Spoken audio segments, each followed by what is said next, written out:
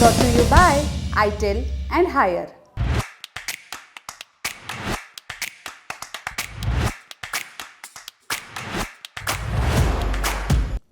सबसे पहले बात किसान आंदोलन की। आपको मालूम ही है कि पंजाब और हरियाणा के बीच जो शंभू बॉर्डर है वहां पिछले करीब 10 महीने से किसान धरने पर बैठे हुए हैं। 2 दिसंबर को जब पश्चिमी उत्तर प्रदेश के किसानों ने दिल्ली की ओर कूच किया, तब शंभू बॉर्डर पर बैठे किसानों ने कहा था कि वो 6 दिसंबर के दिन वो भी दिल्ली की ओर बढ़ेंगे। तारीख आ गई, किसानों ने दिल्ली की ओर कूच कर दिया।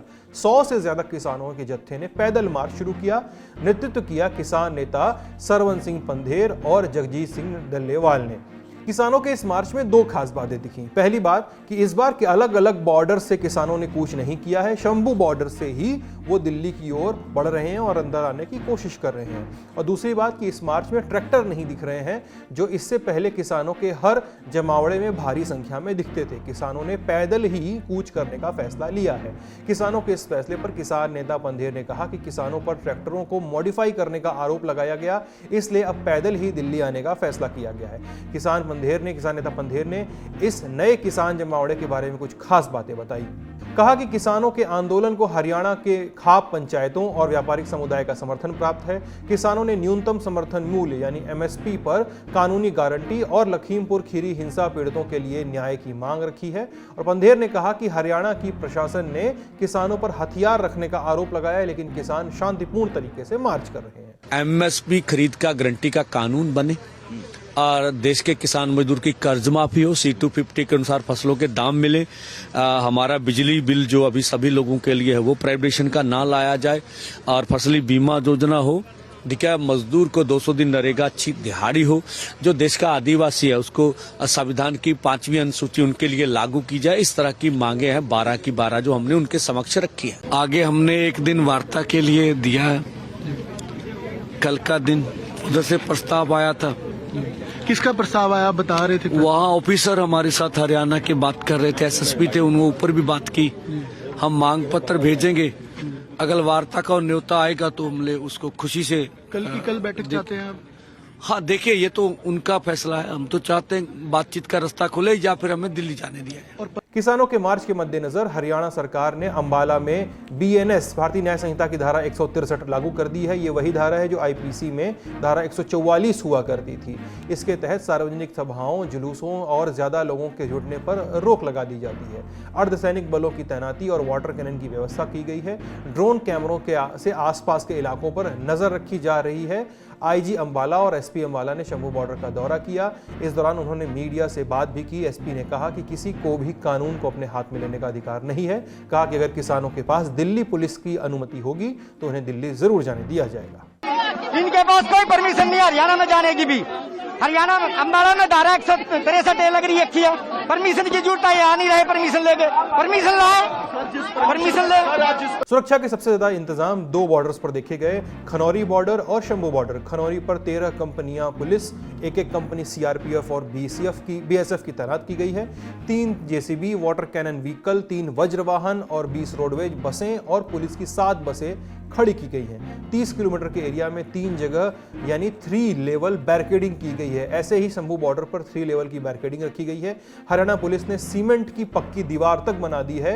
वज्रवाहन और एम्बुलेंस भी वहां पर मौजूद रहे हैं। इस बीच हरियाणा पुलिस ने कहा कि किसानों को रोकने के लिए बैरिकेडिंग के साथ साथ जाली लगाई गई है और अगर जाली उखाड़ने की कोशिश की गई तो एक्शन लिया जाएगा। ऐसे में जब 6 दिसंबर की तारीख लगी तो मार्च शुरू हुआ।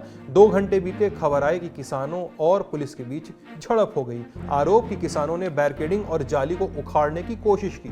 शंभू बॉर्डर पर किसान और हरियाणा पुलिस आमने सामने आ गए। हरियाणा पुलिस ने किसानों को रोका, चेतावनी दी कि लौट जाइए, आगे जाने की परमिशन नहीं है। किसान नहीं माने, आगे बढ़ना जारी रखा। इस बीच किसानों को रोकने के लिए आंसू गैस के गोले छोड़े गए।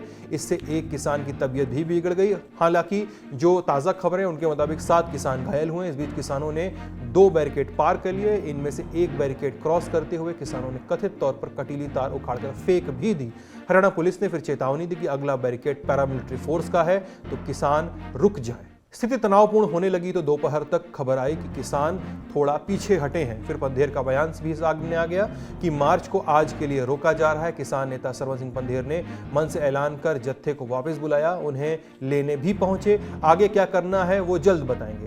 लेकिन ये दिल्ली की ओर कूच करते किसानों की मांग क्या है, इसका क्विक रिकैप कर लेते हैं। किसानों मजदूरों के लिए पूर्ण कर्ज माफी समेत एक व्यापक ऋण राहत कार्यक्रम लागू किया जाए।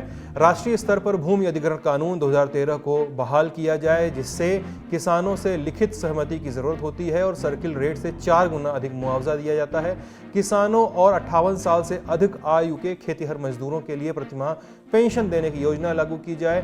कृषि वस्तुओं, दूध उत्पादों और फल सब्जियों और मांस पर आयात शुल्क कम करने के लिए भत्ता बढ़ाया जाए। महात्मा गांधी राष्ट्रीय ग्रामीण रोजगार गारंटी अधिनियम यानी मनरेगा को बढ़ावा दिया जाए। दिहाड़ी 700 रुपए की जाए और सालाना 200 दिन का रोजगार गारंटी के साथ दिया जाए। मनरेगा मजदूरों को कृषि कामों में भी लगाया जाए।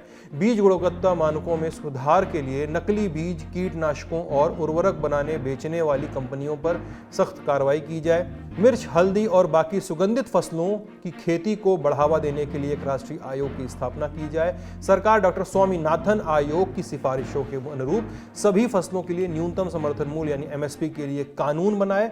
दिल्ली आंदोलन के दौरान जान गंवाने वाले किसानों के परिवारों को मुआवजा दिया जाए और उनके परिवार के एक सदस्य को रोजगार भी। और लखीमपुर हिंसा के पीड़ितों को न्याय मिले। अक्टूबर 2021 में घटी इस घटना में 8 लोगों की जान चली गई थी। बिजली की बराबर पहुंच सुनिश्चित की जाए, इसके लिए विद्युत संशोधन विधेयक 2020 को रद्द किया जाए।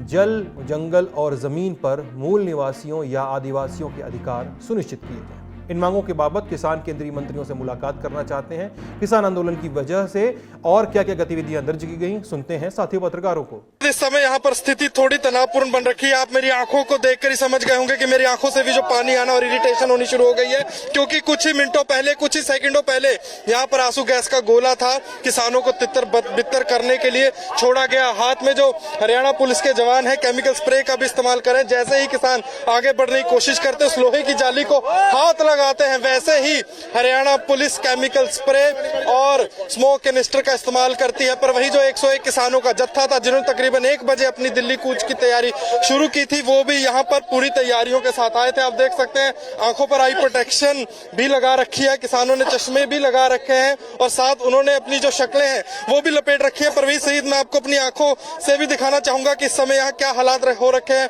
केमिकल स्प्रे हो या चाहे स्मोक कैनिस्टर के जरिए आप देख सकते हैं आंखों से पानी आना शुरू हो गया है। तो इस तरीके से जो किसानों को यहाँ बॉर्डर से तितर बितर करने की कोशिश की जा रही है। पर वही किसानों ने भी आई प्रोटेक्शन गियर है वो यहाँ पर निकाल लिए हैं। शक्लें जो हैं, अपने चेहरे जो हैं गीले कपड़ों के साथ लपेट लिए, क्योंकि फरवरी के महीने में भी देखा गया था कि जब पंजाब के खनौरी और शंभू बॉर्डर पर जो किसान थे धरना प्रदर्शन कर रहे थे, तब भी ऐसी तस्वीरें देखने को मिली जहां पर स्मोक कैनिस्टर का इस्तेमाल किया गया, वाटर कैनन और ड्रोन का इस्तेमाल किया गया।